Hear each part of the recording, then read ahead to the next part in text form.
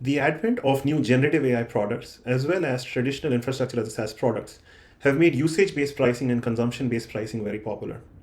But usage-based pricing, as well as highly variable pricing metric approaches, tend to have a lot of unpredictability. And this unpredictability flows in balance sheet calculations, financial analysis, sales compensation, and it's hard even for the buying teams to budget for. So you need a way to continue to offer your product on a usage-based model, but still have predictability. Now, how do you solve that? You solve that through tariff structures. There are two tariff structures that are used most common in subscription software.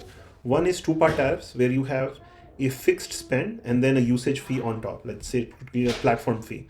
And over and top of the platform fee, you are using, let's say if your product was sold on a per gigabyte basis, you will start to sell dollars per gigabyte, for example, and then there will be some sort of volume discounts on top of that.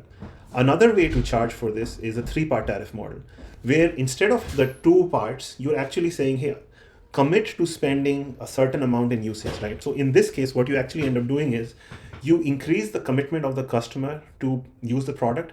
And then what you do is you increase the overage fee such that it becomes more economically beneficial for the customer to buy the next package from you, the next three-part package, for which the per unit fee is actually cheaper. So it bakes in a larger volume discount. So three-part tariffs generally tend to have a much higher ARR per customer.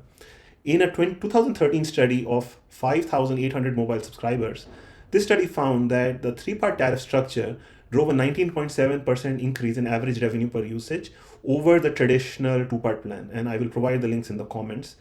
It is generally expected that people want to lock in their usage earlier on if they trust your service. So as long as you are a brand name, as long as they are depending on your service, then you can anticipate that the three-part tariff will be more useful. However, if you are an up-and-comer, then actually the three-part tariff may not be the best. I still suggest you try the two-part tariff or even a linear model if the customers think you are a risky proposition.